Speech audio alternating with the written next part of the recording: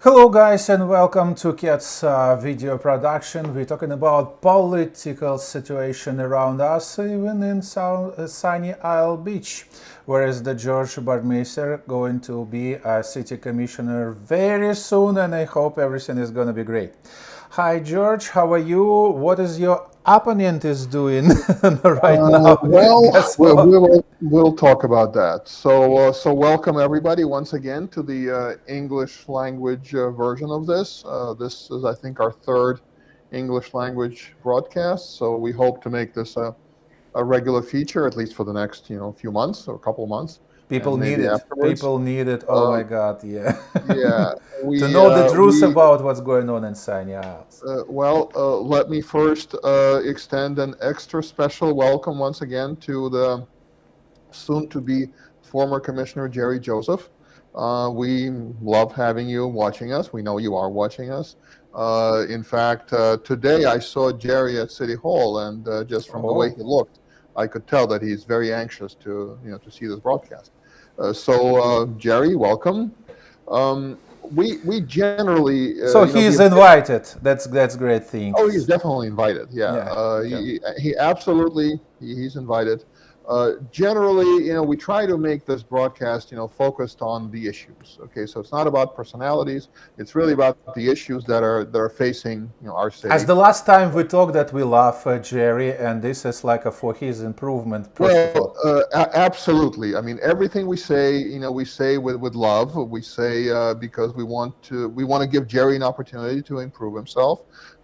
After even right now, and mostly after he leaves the office of commissioner, but generally we believe that we should focus on delivering results. Okay, so it's not about just criticism. It's not about bad mouthing somebody. Absolutely, it's not about that. It's about really delivering results for the city of Sunny Isles.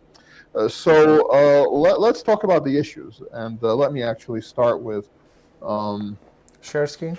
Sharing my screen. How can we possibly do without that? Without the screen, of course, yes. Yeah. Mm-hmm. So let me share the screen here. So the issue right now is the budget. The budget.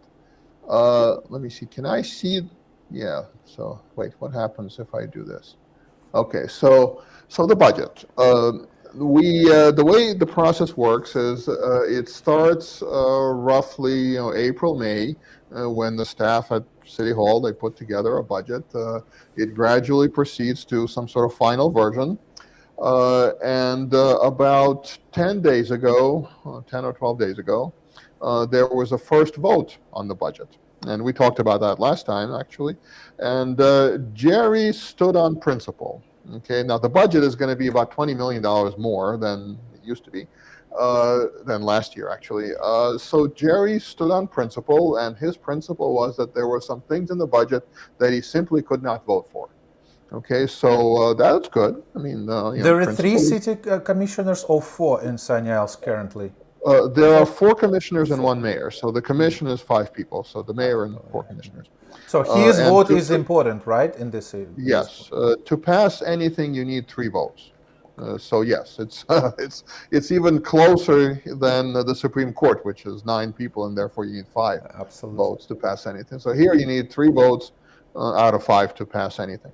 So, but in any event, so Jerry stood firmly on his principles. And said that he was not going to vote for this budget because it contains some items that he simply felt were absolutely unnecessary, wasteful, semi-fraudulent perhaps, but in any event, unnecessary. And he voted against it. So a lot of people were saying, well, there is Jerry and his principles. Perhaps. Then we had the second vote, so it takes 2 votes by the commission to pass the budget. And we had the second vote this past Thursday, when evidently Jerry read the budget and discovered that there is a COLA, cost of living adjustment, COLA, in the budget. The COLA, I don't know what the amount is now, but probably like 3% or some number like that. So having discovered that there's a COLA there, and having discovered that the COLA covers not just city employees, but commissioners as well. Jerry changed his mind and voted for the budget. With a lot of words about how he still believes that the budget is wasteful and contains items that shouldn't be there. But nevertheless, given the fact that there's a COLA there, he simply can't vote against it and absolutely has to vote for it. So whatever the amount of money that Jerry is getting out of this COLA, apparently was sufficient to sway him to vote for the budget that he thunderously and unambiguously said was against just a week earlier or a few days earlier. So it feels like this is an issue that our voters, our residents should be aware of, that principles are important except when there's a COLA for Jerry involved, in which case they're maybe not so important. So speaking of the budget, now the budget is a big thing. There's like 185 million or some number like that now for the year, for the next year. So probably this broadcast isn't the place to go through it item by item. We would be doing this for But hours. in general, it's a good thing to talk about. Yes. But there is one item that I do actually want to focus on again, because it relates to what I think is one of the issues. Mm-hmm. And not everything in that budget is controversial, I should point out. I mean, there's salaries, there's computer equipment, there's police. I mean, there's hundreds of items there that are really not all that controversial. And I don't want to make it sound like the entire budget is just nonsense. No, it's not. Any municipality, any town in Florida has a budget, bigger, smaller, maybe different priorities slightly. But generally, the format is the same. There's capital improvements, there's salaries, and there's the usual things that you see in a budget like this. So we come to an item there that is actually worth discussing. And that item, it's a line item, has to do with the spending for the commission itself. Okay, in other words, not. It's like a representative money, something like this. Well, not the salaries of the commissioners, not the not salaries of the employees. It's the amount spent on the commission itself. Whatever what this money comes to, what is this for? Well, here's why I bring it up. This past year that's ending, this fiscal year that's ending, our commission cost us $380,000. Seems reasonable, $380,000. In this coming year, our commission is going to cost us just a hair under $1 million. And when you see that and when you hear that, in other words, it's an increase of 157% year to year. This is very interesting. Are we to assume that our commissioners are now working 157% more efficiently than they were before? Are they 157% smarter than they were before? Are they 157% better than they were before?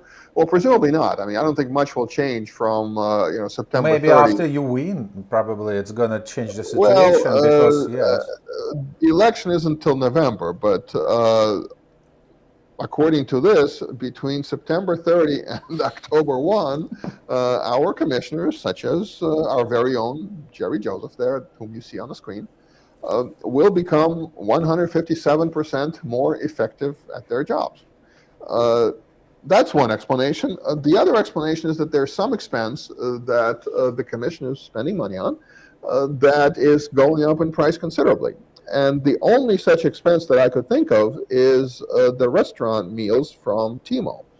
So you may recall last time we talked about how before each commission meeting, they bring in catered food from like a real fancy restaurant that's like a block away to feed the commissioners, which is fine. I mean, they need to eat too, to feed the staff that may have to be involved.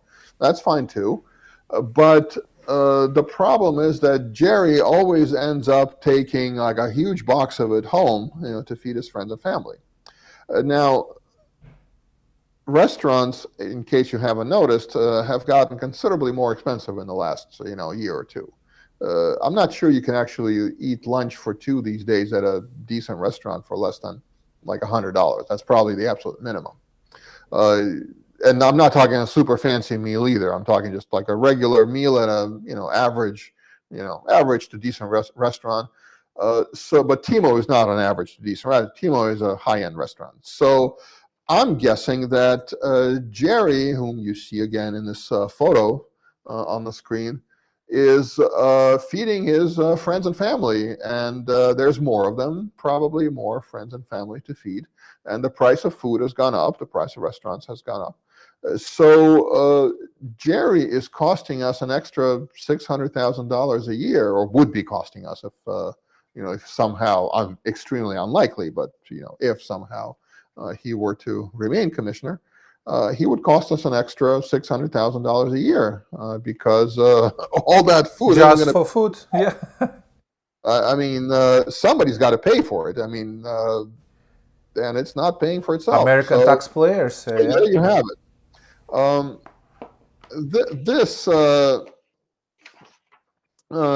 Remember the tennis court, right? I don't want to put up any more pictures for the tennis court, actually, because if you are following me or whatever, friend me on Facebook, you can see all the photo facts regarding Jerry, like this one on the screen you want. I'm sure a lot of them. There's a few, and we have a creative team, which is part of our Department of Fun with Jerry of our campaign. But I love everything with sense of humor. Yes, this is the first one.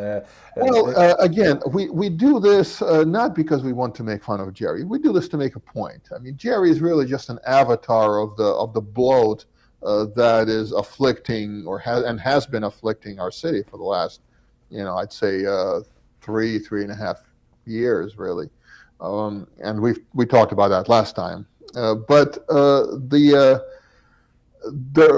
tennis court, it's an interesting sort of twist there. On paper, it costs nothing.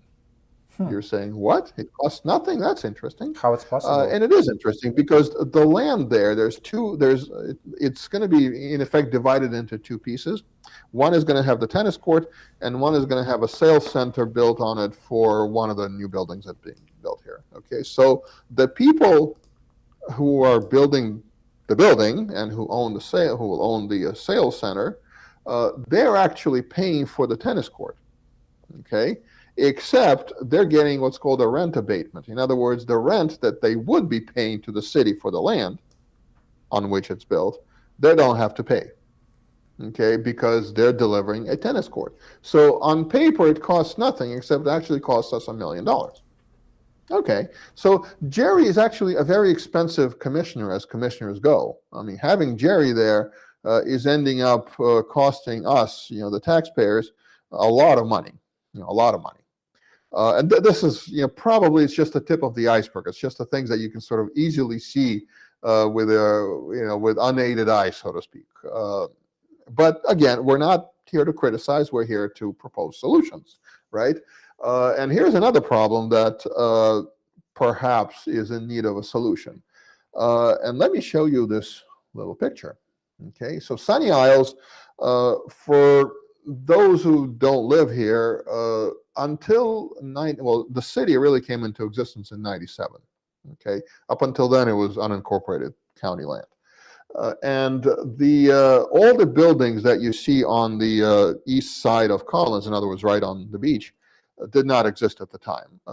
Pinnacle, the first building, I believe it opened in 98, if I remember correctly. So all these buildings that were built afterwards.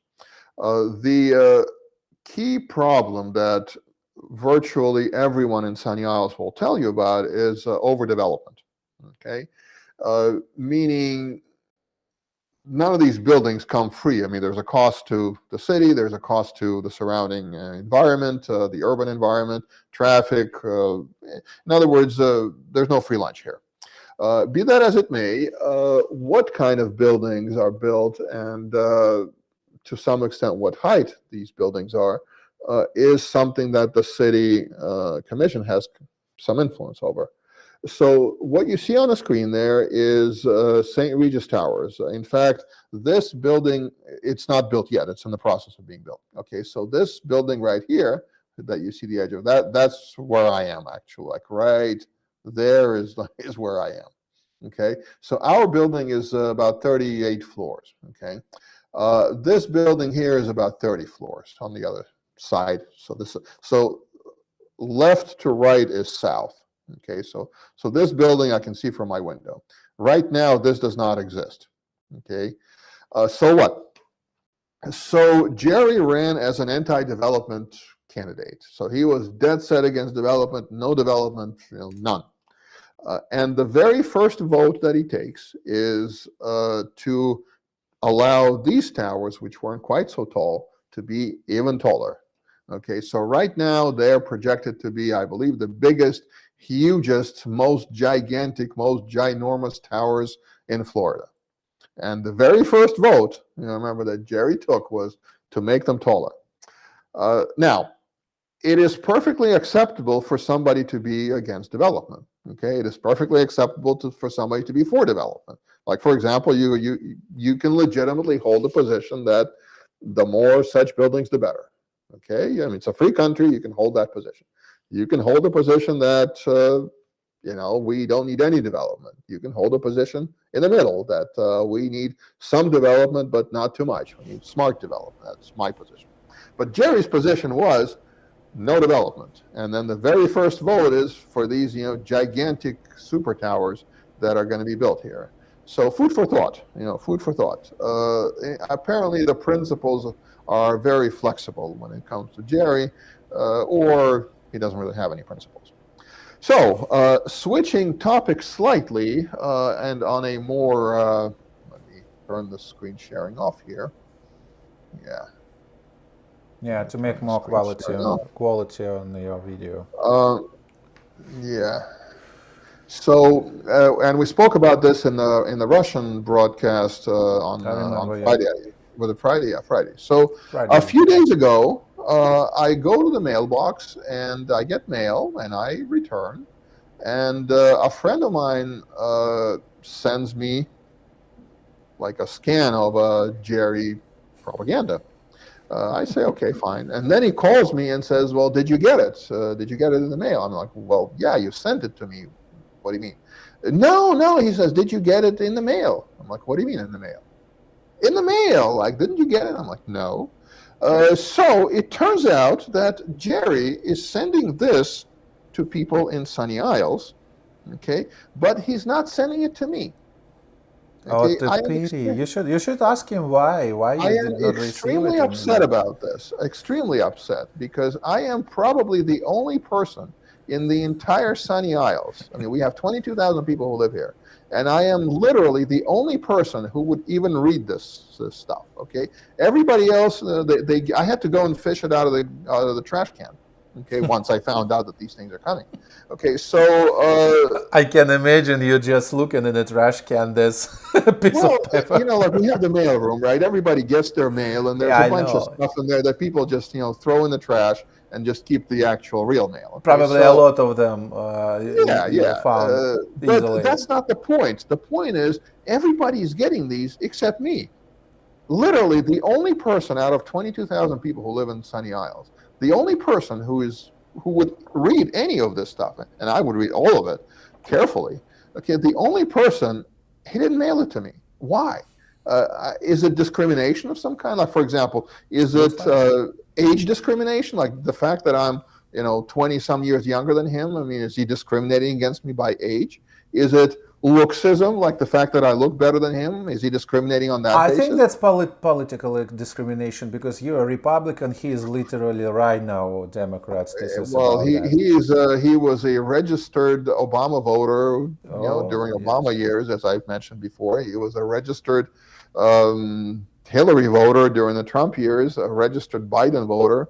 But I think so now it's Kamala's sign supposed to be opposite of his. I don't know what he hasn't said. I mean, there's a number of issues where I would think somebody like Jerry would want to kind of define himself, and we can mention one or two of those towards the end. But he hasn't. But getting back to this, okay, the only person in the entire city who would read any of this stuff is me, and I didn't get one.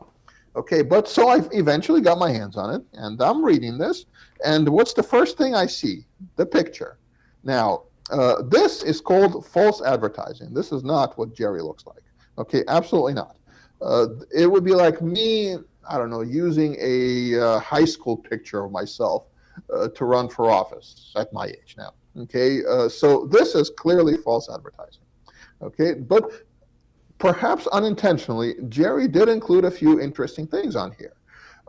For example, he says here on the back that he was an intern in at a museum when he was a teenager. So in 1967, he was an intern. And then the next item on here is that in 1986, he started his business, okay, diversified corporations, corporate services, I guess it's called. Now, the business is bullshit, and I'm going to talk about that next time. I don't want to make this broadcast too long, but it's bullshit. I'll get into some of that detail later. So it's not about the business right now. It's about the fact that between 1967 and 1969, it's a complete blank. Okay, so what was he doing those years? For roughly the first 17 years of his adult life, we know nothing. And I've searched, I've looked at his profiles and bios of what little we know of him. Nothing. Okay, so we have a theory. We have a theory for what he was doing. So let me share my screen. So my theory is, given his absolute reluctance to disclose anything about those years, is that he was in prison. I don't know for what, but to be doing 17 years is really, well, 67 is the last sort of known item in his biography, okay? But he probably didn't go to prison in 67 because he was I don't know, 17 at the time. So those years are absolutely not accounted for, and we know nothing about him. Literally, we know nothing about the guy. The guy is a elected public official, and we know absolutely nothing about what he was doing. We know the education that he claims to have received at Queen's College is fake. I mean, he did not get any education from Queen's College. There's no diploma that he can. I mean, all he has to do really is to take a picture of his diploma with his phone and post it on Facebook, and I'll shut up. But no, we have nothing. So my theory, and Jerry is welcome to come on the show and explain what he was doing there, but my theory is that he was doing time in a penitentiary. This is the next step. Jerry is supposed to post it by over his phone some evidence on his Facebook of what the communication between you and him. It's up to Jerry what Jerry does. I'm just asking a question. I mean, you have to admit it's a legitimate question. Like, imagine, Ron DeSantis, for example. At least people who vote for him are supposed to know what's going on. Yes, in this period, it's not supposed to be blank. Yeah, I mean, it's not. It's literally blank. There's nothing in any bio that he ever posted about himself on any Facebook, whatever. That explains what happened between his high school graduation and 1986. I mean, I can see somebody, for example, if you ask me, what was I doing in, I don't know, 1991? I'll tell you exactly, 5 seconds, I'll tell you. Or, what was I doing in 1989, for example? I'll tell you what I was doing. Or what was I doing in 2003? I'll tell you. Most people can immediately account, at least very closely, right, what they were doing. I mean, I can see somebody, for instance, he took a year off to travel in Europe. Possible, maybe. Okay, but he couldn't take 17 years off to travel in Europe, right? That's not realistic. One theory that I heard was that maybe he applied to college and somehow got in, to avoid serving in Vietnam. Okay, because at the time, obviously, this was 69, 70. This was the height of the Vietnam War. People were, many people were looking for ways to get out of it, and one way was to go to college. Jerry's problem is that he's not college material. I mean, I'm sorry. I know Jerry. I've met Jerry, and I don't mean to criticize him in that way, but he's just not college material. Okay. Now, there's nothing wrong with not going to college. Okay. There's tens of millions of people, 150 million probably in the United States, who did not go to college, and they do whatever it is they do, just like people who went to college do whatever it is they do. There's nothing wrong with that. What is wrong is lying about it. Okay, lying that you got a degree in something when you didn't. I mean, that's a problem.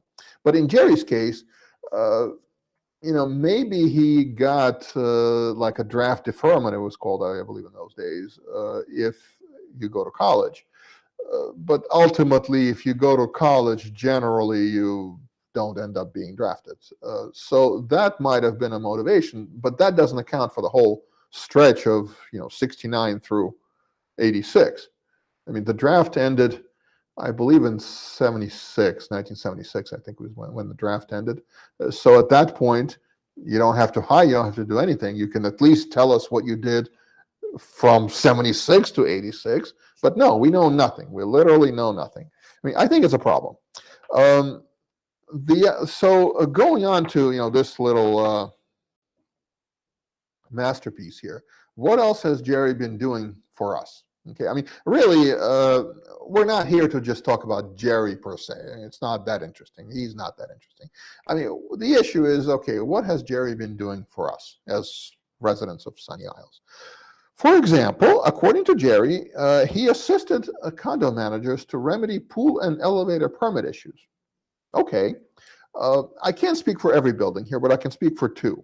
In our building, we had a problem with getting a permit from the county. So there's like a little bureaucracy there at the county level that issues permits for pools. And it's a very inefficiently run bureaucracy. Once something gets kind of stuck in some cul-de-sac in that bureaucracy, it's very hard to get it out. So we had a problem that didn't exist with our pool. Okay, the problem was that whatever paperwork that bureaucracy in Miami had, it actually was for a different building, not for ours. And then the inspector came and said, the serial number on your pump isn't what the paperwork says it should be. Well, it obviously wasn't, because the paperwork he had was for a completely different building. But getting that resolved took effort, but not by Jerry.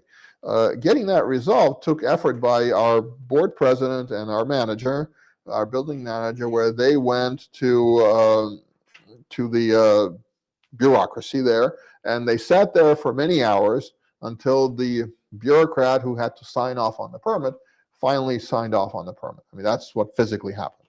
Okay, now where Jerry fits into this, I have no idea. Although knowing Jerry, he claims credit for everything. Similarly, Winston 700 had an issue with a permit for the pool. In other words, it's not an issue with the pool itself. It's an issue with the paper for the pool. Okay, so what happened? I'm not sure what Jerry actually did, if anything, but he loudly proclaimed that in the summer, I guess in June, that on July 4, the pool, thanks to my efforts, the pool is going to be open. So was the pool open on July 4? No, it took an extra 2 months to get it open. Where Jerry was in this, I have no idea. So another little item here. According to Jerry, he worked with the building department to add one-way valves to the gravity drains for the stormwater. Okay. I don't think Jerry knows what a valve is. Okay, I'm not sure he knows what a one-way valve is versus other types of valves. But even more interestingly, what exactly did he do? Like, he couldn't have come up with this idea, obviously. So the building department, like the city engineer, I'm sure he knows 1,000 times more about valves than Jerry, and probably 10 times more about valves than I am. I mean, I'm an electrical engineer by education, not a mechanical engineer, so I know what valves are, but I'm not an expert on them. But Jerry is zero when it comes to valves. So anyhow, I bring this up because I think our community needs to know this. Just making bullshit promises is not helpful. Making promises that you never keep is even less helpful. For example, Jerry promised that he was going to donate his salary to some charity. This was, I think, 3 years ago. To my knowledge, there is not a shred of evidence that he actually did any of this. So he promised something. Another lie. So let me move on to the next item that I think we as residents deserve, and the absolute minimum that we deserve is a commissioner who at least can express himself in English. Okay, there are many immigrants for whom English is not a native language, and yet they're perfectly able to communicate in English. Jerry was born in the United States. English is a native language for him, but reading what he writes is cringy. It's just it reads like a 12-year-old writing. To be honest, he doesn't know when to capitalize or not capitalize. He doesn't know punctuation. He spells badly.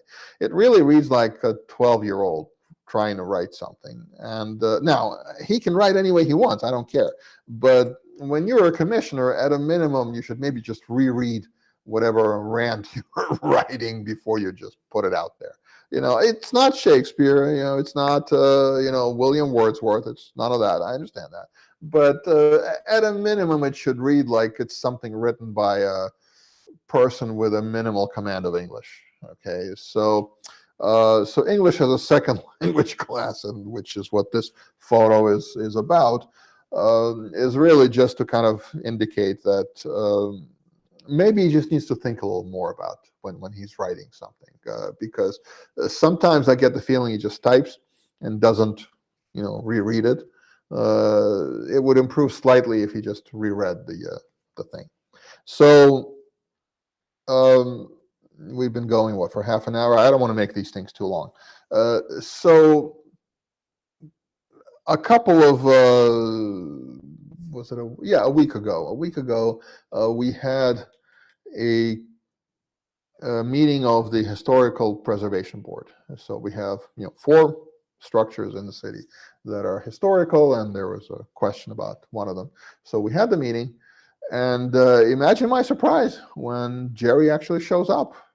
I mean, I've never seen him there before, but all of a sudden, he shows up, and I think that he was there because he knew he needed help. The first step in dealing with a problem, when you have a problem, like for example, you have a gigantic inferiority complex that is interfering with your ability to live. The first step in dealing with a problem is recognizing that you have a problem. And I think Jerry's starting to recognize it because he sat there. This was about a day after our last broadcast, and I could tell, he looked very tired. There were like bags under his eyes. I think his Botox was like asymmetrical in some way. Like, his eyes were like this. But like this side was kind of, like stretching more than this side. Now, I'm not an expert on Botox, but I think there's some issues there. We should ask our viewers about how it works with the Botox. Sometimes. Yeah, I'm but definitely it happens. not an That's expert true. on. Yes, I heard it a lot Yeah, of times. it happens. Yeah. So, but he looked very tired, and he would look at me occasionally like a puppy, looking at a master waiting for food. I could tell that he wanted to talk to me because remember, on our last broadcast, I offered to help. I mean, it's the kind of person I am. If somebody wants help, I'm always available to help in any way I can. So he sat there, and I'm willing to help actually, but after the, we had the meeting, we voted on whatever, it's not relevant here, but afterwards I had to talk to a few people, and afterwards, after I was done, I was going to talk to Jerry, but he, I guess, got tired of waiting and ran off. But it's fine. Really, it's about redemption. Okay, it's about, for Jerry, I think it's about redemption. Whatever it was that Jerry now recognizes have been, problematic in his life, and were his fault. The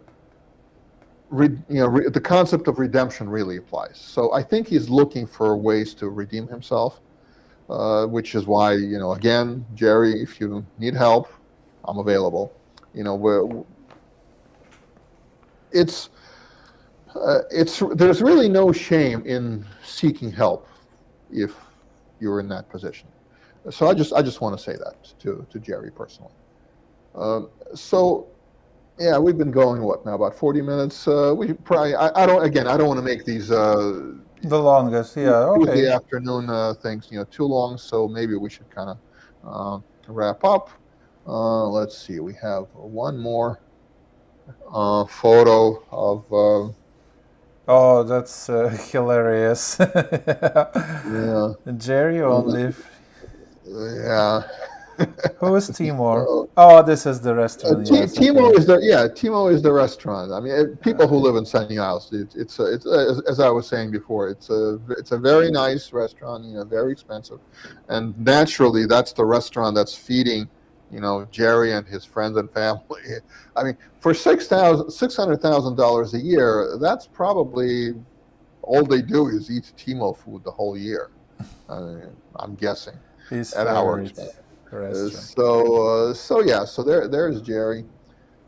Anyhow, what do we need to say kind of in conclusion here? In conclusion, I mean, I think... In conclusion, the election is close and people has to make a choice.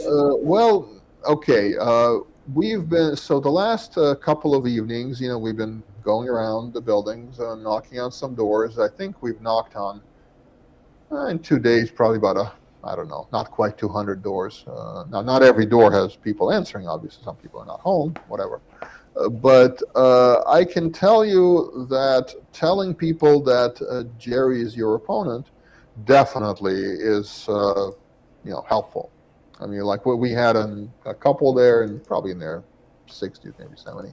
We knock on the door, and then they say, okay, you are Democrat or Republican? I say, well, it's a nonpartisan position, but between you and me, I'm, of course, a Republican. Okay, that's good. Now, who are you running against? And I say, well, my opponent is Jerry. Why didn't you just say so? Okay, because, of course we're going to vote for you if you're running against Jerry. They actually met Jerry at one point at some event somewhere, and he even talked to them, and they said afterwards, absolutely, they will never vote for Jerry. So that's hopeful. Of the 200, well, maybe not quite 200, maybe 180 apartments that we knocked on in the last couple of days, there was one person who was on the fence. Okay, so she, we knocked. It turns out she knew who I was. Well, I gave her the flyer, and she said, well, I read your bio, your background. It was very impressive, but then there were, some things. And then she gave, so we talked for a long time. So she's like a on the fence person, let's put it that. But that's one person, okay, out of... Not bad result, listen. Almost 200 households, only one person. Well, remember, not every door there... No, I mean just approximately, yes. So we leave our flyers, on the door, but, we don't know what happens afterwards. But of the people who actually answer the doors, so probably close to half, maybe, something like that. Only one person was on the fence, and everyone else was not going to vote. At least they say they're not going to vote for Jerry. Now, is the person sharing the reason why? Specifically reason, or there is no reason at all? We don't usually talk for that long to people because people don't want to be bothered. Okay, usually the conversation is like 1 minute.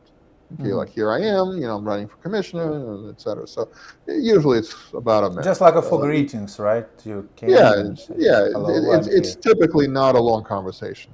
Usually maybe a minute. Occasionally you get people who want to talk longer, but occasionally. Typically it's very short, a minute. Again, some people who answer, they're like, I don't want to talk about it. It's okay, fine. Well, if somebody doesn't want to talk to us, then we don't want to waste time talking to them, because there's doors down the hallway that we can spend time knocking on instead of talking to somebody or trying to talk to somebody who doesn't want to talk to us. I mean, why waste time? That's true. You can save time and powers. Yeah. So some people aren't citizens actually, so that's a short conversation.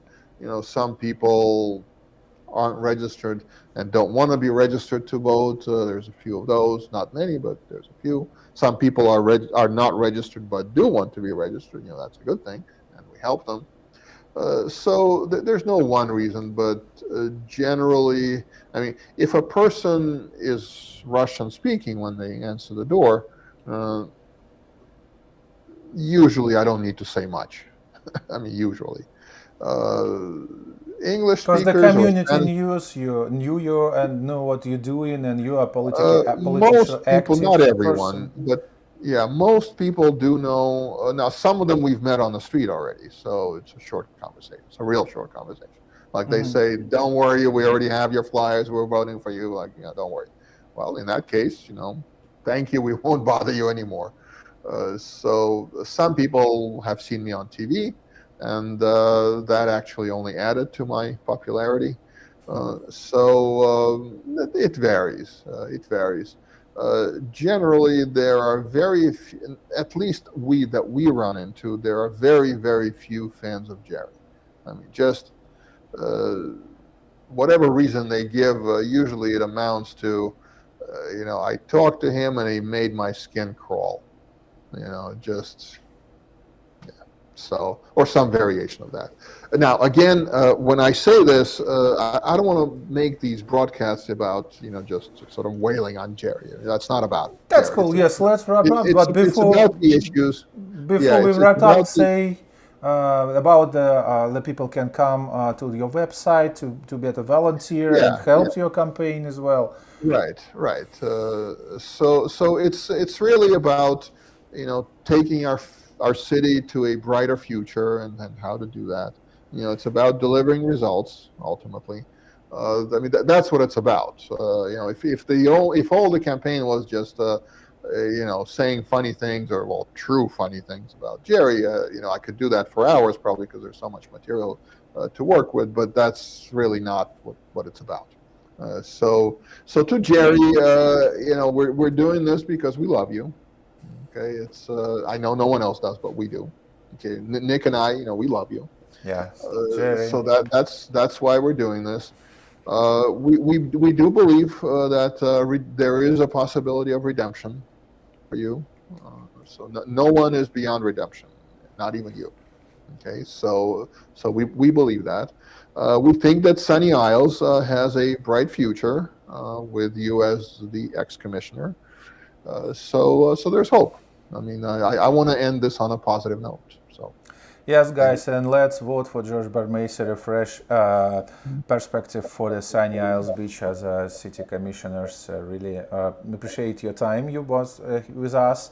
And if you like the broadcast, please subscribe. We have on YouTube channel, we have Facebook, we have X, we have also Rumble. So welcomes, and see you next time to speak about what's going on in Sunny Isles. Thank you for everyone. Bye. Thank you.